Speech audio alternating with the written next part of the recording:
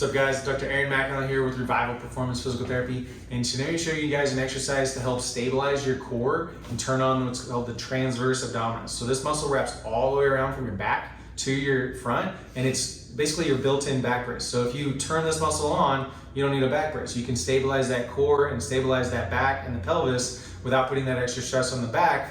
A lot of us end up getting back pain throughout our life, and so this is going to help if you can turn this muscle on, prevent that. So you're moving through your hip or your arms instead. So what this is going to be called is a dying bug. We used to call them dead bugs, but you'll see it looks more like a dying bug because it's actually moving the legs and the arms. So modified dead bug would just be the arms or just be the legs, but we're going to do both, and I'll show you how to kind of take it from a little bit harder progression to a little bit easier progression if you need it. So first, find those two hip bones in the front of your hip there and feel right inside of there towards your belly button, and then push out against that. That's turning on that transverse abdominis. So kind of think about pushing that out. You can feel it kind of engaging right inside that hip bone right there, that part that pokes out a little bit, and then make sure you can still breathe while you're doing this. So if you have to hold your breath to get this, you're not doing it right. You're doing what's called a Valsalva. That does create stability, but it's not the way we want to activate the right part of the core there.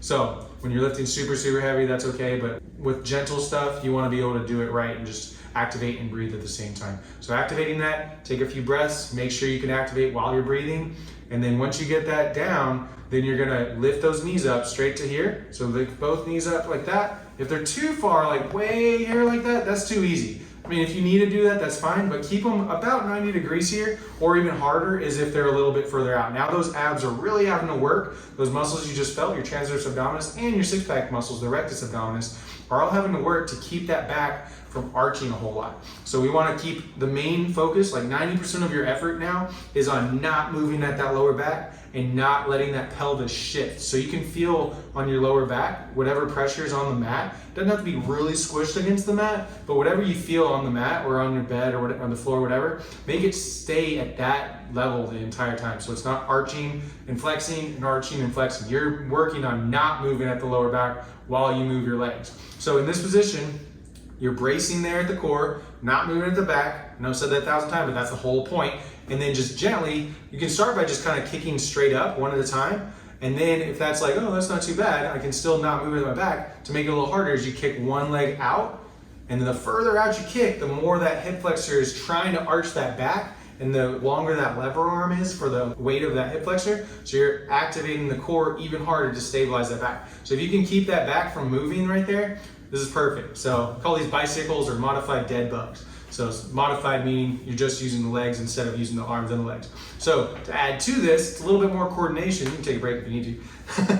His abs are probably getting tired. No, probably, he's really strong. But, so activating that core, now bringing the legs up to here, just like you had them, and now bringing your arms up to here as well. So now you're gonna work, okay, how do I move my shoulders and my legs without moving the lower back? So again, transverse abdominis is engaged, feeling that tension, those rib cage is pulled down a little bit so it's not flared out like that. The back's not super arched. That pelvic floor is a little bit engaged there, so kind of like you're holding in your pee. That's a way of activating that right muscle.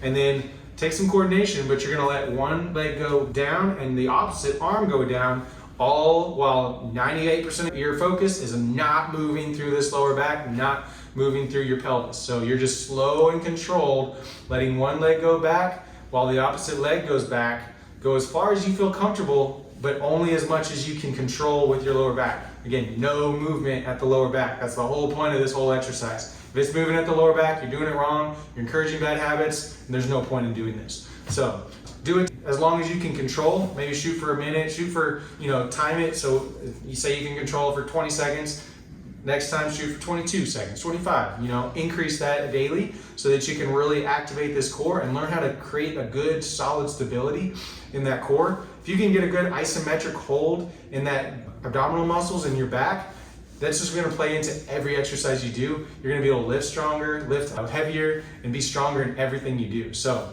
learn how to contract this, and you're gonna bulletproof that back.